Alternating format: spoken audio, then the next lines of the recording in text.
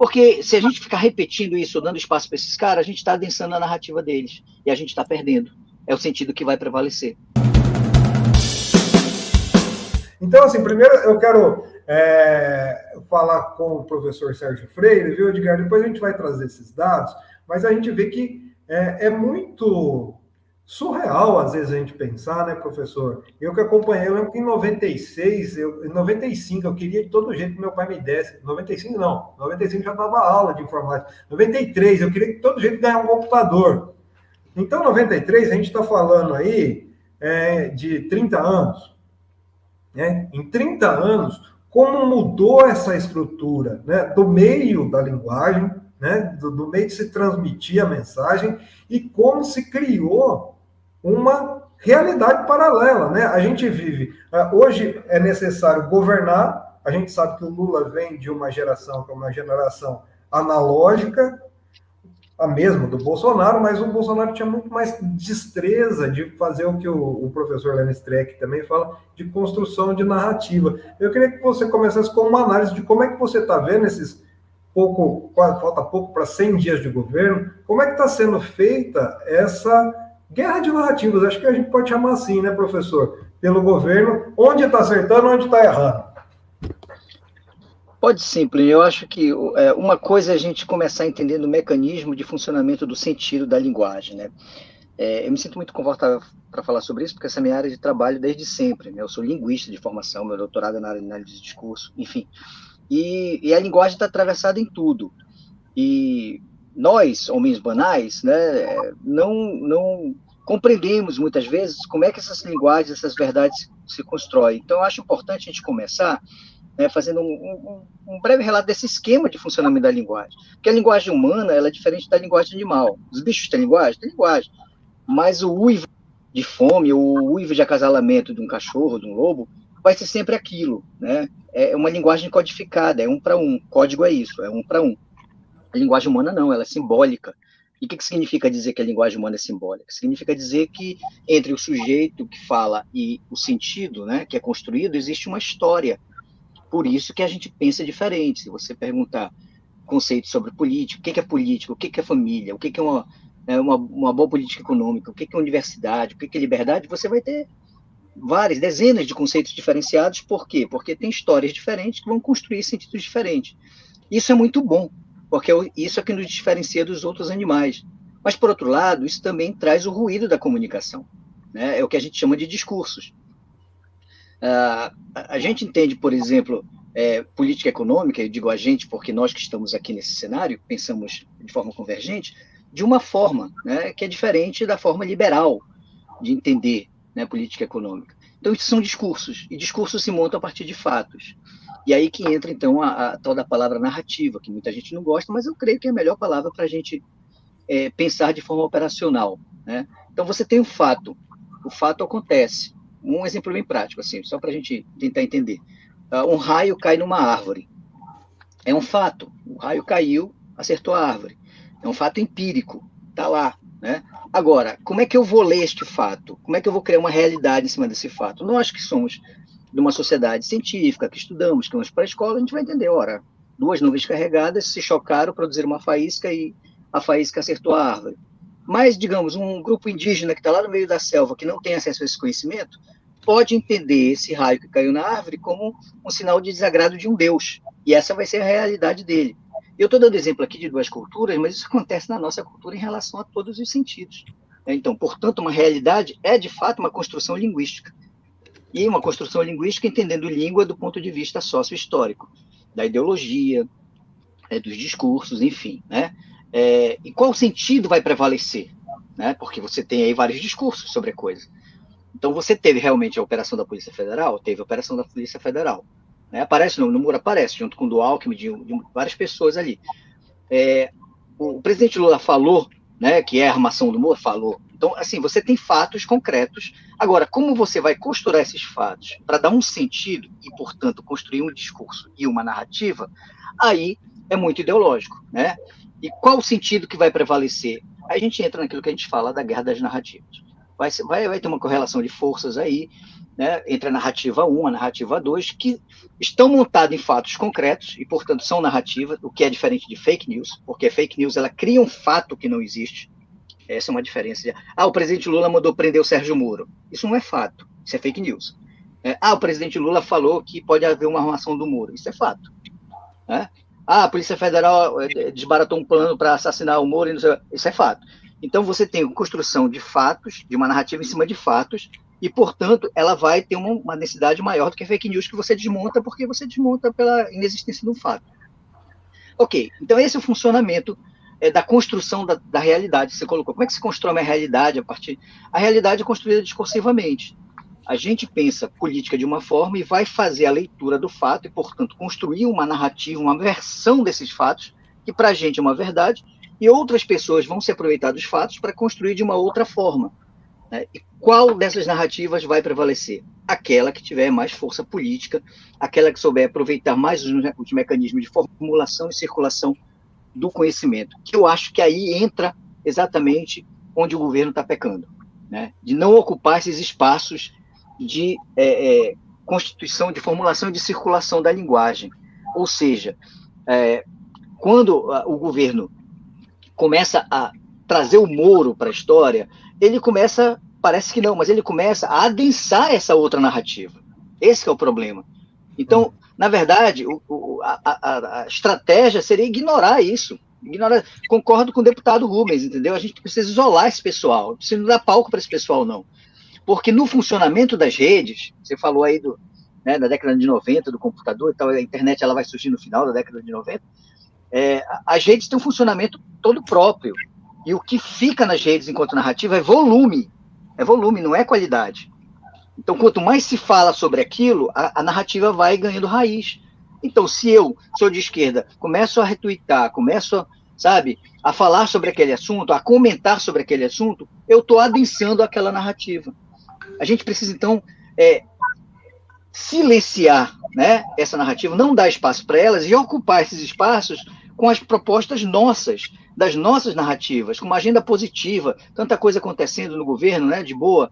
Estamos discutindo a questão da nova âncora fiscal, então, quer dizer, tem tanta coisa para ocupar espaço, e quando o presidente Lula, por exemplo, fala isso, e a gente compreende isso do ponto de vista pessoal, pelo que ele passou, então Sim. Eu não estou aqui minimizando, né, a motivação pessoal do presidente, não é isso, mas ele, no ponto de vista de discurso, quando a gente fala em discurso, a gente fala de lugares. Então, o Lula, quando fala do lugar da pessoa Lula, ele tem absoluta razão de estar puto da vida, sabe, quando fala assim, eu quero foder, que eu acho que essa questão de foder o Moro, por exemplo, de novo, foi uma apropriação de um fato, né, para dizer, olha aí, quer se vingar. Essa é uma leitura, é uma narrativa. A outra diz, não, de repente a gente pode entender esse foder o Moro como provar que ele fez lawfare, vou provar que ele estava errado, é outra narrativa. Mas uma delas vai prevalecer, e realmente, também, de novo, concordo com o deputado Rubens, a máquina de construção e sustentação de narrativas da direita é muito, muito melhor do que a da esquerda. É muito melhor do que a da esquerda. Nós temos um déficit muito grande de uma compreensão do funcionamento do digital. Isso aí é consenso, isso aí é fato. A gente precisa criar essa política, né, de geração de narrativas e sustentação de narrativas digitais. A gente precisa fazer isso para que a gente possa ocupar os espaços de forma propositiva. Porque se a gente ficar repetindo isso, dando espaço para esses caras, a gente está adensando a narrativa deles e a gente está perdendo. É o sentido que vai prevalecer, né? Eu acho que a gente pode começar por aí, discutindo o funcionamento da linguagem, de como a gente está no déficit. A gente, que eu digo porque me coloco também nessa posição, né, progressista de esquerda. Eu acho que nós todos que estamos aqui somos convergentes nesse pensamento. Nós temos um déficit. Nós estamos num déficit aí e que a gente precisa correr atrás. Aliás, viu, professor, o Edgar trouxe dados que sustentam justamente o que você está falando, né, Edgar? Eu vou primeiro colocar o vídeo aqui para a gente lembrar a fala do Lula, o pessoal, a nossa audiência rotativa aqui, que foi o que o Lula disse ontem, né? Ele tinha dito na terça-feira de foder o Moro, daí teve toda uma estratagema. Quem não entendeu, volta a fita, né? Volta a fita aqui, que eu contei tudo o que aconteceu desde então, mas o grande alvoroço que foi causado foi por causa dessa declaração de ontem do Lula aqui, lá no Rio de Janeiro. Quer ver? Autoridades públicas. Eu não vou falar, porque eu acho que é mais uma armação do Moro. mas eu quero ser cauteloso. Eu vou descobrir o que aconteceu. É visível que é uma armação do Moro.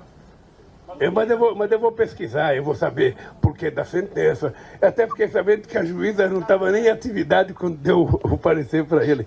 Mas isso a gente vai esperar. Eu não vou ficar atacando ninguém sem ter provas. Eu acho que é mais uma armação. E se for mais uma armação, ele vai ficar mais desmascarado ainda. Sabe? Eu não sei o que ele vai fazer da vida se ele continuar mentindo do jeito que está mentindo. É isso. Aí, então, essa foi a declaração polêmica. Daí, agora, passando para o Edgar aqui, né? O Edgar trouxe alguns dados. O que é que projeta já, Edgar? Porque mostra o estrago. A gente pode falar assim? Foi feito um estrago mesmo?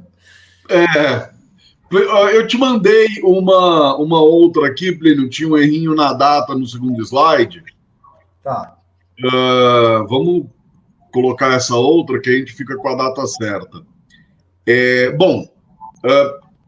Com os dados, a gente não pode ficar brigando, né?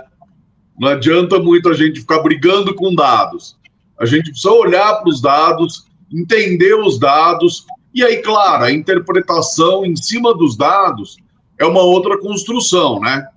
Mas eu acho que a gente precisa partir dessa realidade, que são os dados, para a gente construir o nosso entendimento, né, sobre essa comunicação.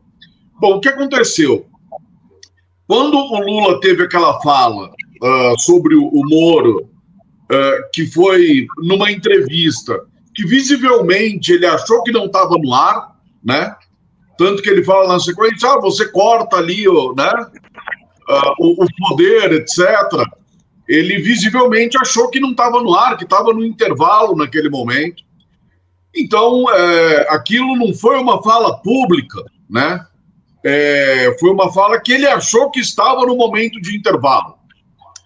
E a minha opinião em cima disso, olha, com tudo que o Sérgio Moro fez para perseguir o Lula, com tudo que ele fez ele sofrer em relação à família do Lula, ao irmão que ele perdeu, ao neto que ele perdeu, aos constrangimentos de não poder ir no enterro do irmão, por aí vai, todo mundo conhece os fatos, não vou ficar aqui repetindo.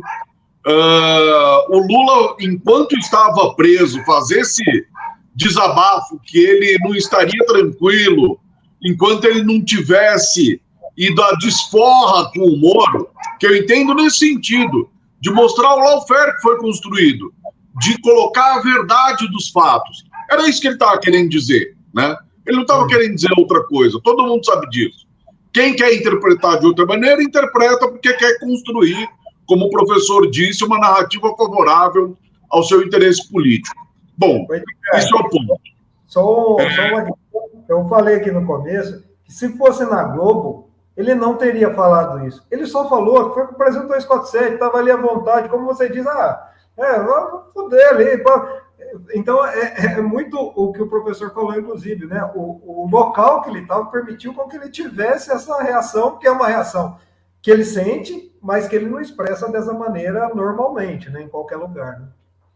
E quem é injustiçado, é difícil a pessoa ser injustiçada e não ter uma reação emocional a isso, né? O Lula, antes de tudo, é um ser humano, né? Passar por tudo que ele passou, como os fatos mostraram que ele foi injustiçado, é uma reação perfeitamente compreensível. Bom, dado isso, eu acho que, assim, a gente sabe que o Moro e a turma dele sempre trabalhou com timing nas decisões jurídicas. Procura o momento exato para que aquela decisão jurídica tenha o maior efeito político. Isso também é fato. A gente viu isso na Vaza Jato, como eles construíam um momento da decisão jurídica para ter um impacto político. Ponto. Só que, quando teve a ação da Polícia Federal, que prendeu os que estavam planejando aí ataques contra Moro, o procurador de São Paulo, até o vice-presidente Alckmin. Isso incendiou o discurso da extrema-direita. E aí deu esse resultado aí que a gente está vendo na tela, que isso foi no dia, o Dataforum no dia 23, relativo ao dia 22, né? Então, os bolsonaristas tiveram aí 51% do levantamento, né? Enquanto lulistas, 35%. Essa cultura de rede, esse cluster que é muito baseado no humor e que é pró-Lula, teve 4%, e a direita liberal, MBL, 4% também. Ou seja, o bolsonarismo teve uma força muito superior. Sozinho, ele teve 51% ali do debate político no Twitter, né? Então, a gente vê que eles aproveitaram o fato para impor sua narrativa, né? Ele furou a bolha, entre aspas, na verdade, ele ampliou a sua bolha, né? Ele furou porque ele levou os liberais a repetir o mesmo discurso, né? Que sugerir relações entre Lula e PCC e que a fala do Lula poderia significar uma ameaça à vida do Moro, né? Eles constroem ilações, né? E usam pedaços, fragmentos de informação para construir desinformação. Está sofisticada a tática de fake news hoje em dia. Eles não usam mais somente a fake news clara, né? A mentira em si, o fato inventado em si, como era alguns anos atrás. Eles usam fragmentos de fatos, fragmentos de informações para reconstruir uma desinformação, né? Foi isso que aconteceu. Ligaram uma fala do Lula à operação da PF, que pode ter tido um timing planejado para ter esse impacto político, e fizeram essa relação falando, olha lá, o Lula tem relação com o crime organizado, a vida do Moro está ameaçada, né? Construíram aí a sua narrativa e conseguiram um forte engajamento com isso. Esse levantamento teve 509 mil tweets, a gente estava circulando aí na casa dos 300 mil, né? Então, tivemos um acréscimo forte. Ou seja, pessoas que estavam mais distantes do debate político e são do círculo bolsonarista, voltaram às redes para falar sobre isso. Então, esse é um ponto. No dia seguinte, aí passa o próximo slide, foi após a fala do Lula, esse já é o levantamento de hoje, que vai para o ar mais tarde, no Dataforum mais tarde, que é referente a ontem, já pegando o impacto da fala do Lula, de que poderia haver armação. Pode haver armação? Eu acredito que sim, como eu já falei aqui, que eles são especialistas em ter o timing certo da decisão jurídica ter impacto político. Era a hora do Lula falar isso? Não. Não era a hora do Lula falar isso. Porque o correto seria deixar esse assunto morrer. Esse assunto não tinha fôlego para continuar. Porque não é um assunto, por exemplo, um escândalo de corrupção, como a gente viu aí de descaminho em relação às joias, que todo dia tinha fato novo, né? E ele se manteve em alta durante 2 semanas, praticamente, porque ia surgindo informações novas. Isso não tinha fato novo para ficar surgindo, né? Não tinha informação nova para ficar surgindo. Foi uma fala do Lula, uma operação no dia seguinte que foi utilizada para fazer elo e ilações falsas, e a partir disso não ia ficar gerando mais informações. Então não era o timing do Lula ter tocado no assunto, né? Se houve armação, deveria ter aguardado as investigações, aguardado para que isso aparecesse de maneira mais sólida, mais concreta, para trazer à tona isso no momento correto e construir e ter a oportunidade de ter o domínio da pauta. Quem está no governo tem essa oportunidade de ter o domínio da pauta. Então, o governo poderia ter colocado ontem a pauta internacional, estratégica, né? Questão da Ucrânia, questão das relações com a China, né? Então, poderia ter construído a sua pauta, porque quem está no governo tem esse domínio da pauta. E aí, põe o próximo slide aqui para concluir essa minha fala, que é o seguinte, a gente vê aí, está pequeno, não sei se dá para ampliar, Plínio, mas isso daí é a lista dos influenciadores do campo bolsonarista ontem. Em primeiro está o Moro. Depois vem Nicolas, depois vem o Perfil Alerta Total, Carla Zambelli, Carlos Jordi, só depois o Bolsonaro e depois o Deltan. O que acontece? O Lula entrar nesse embate com o Moro, ele dá ao Moro uma condição de liderança no bloco bolsonarista, porque isso precisa ficar claro. O Moro não tem um bloco próprio hoje, ele está inserido no bloco bolsonarista, ele dá um brilho que o Moro não tem. O Moro não tem esse brilho próprio. Então, não foi um acerto comunicacional, né? Os dados nos mostram isso. E o que a gente pode ver, assim, o Deltan e o Moro, eles têm frequentado a lista dos influenciadores bolsonaristas. O Bonfilho é casa torna, eles sempre foram dessa linha política. Eles sempre foram bolsonaristas. Aquela briga entre eles foi momentânea, né? Eles têm convergência com o bolsonarismo.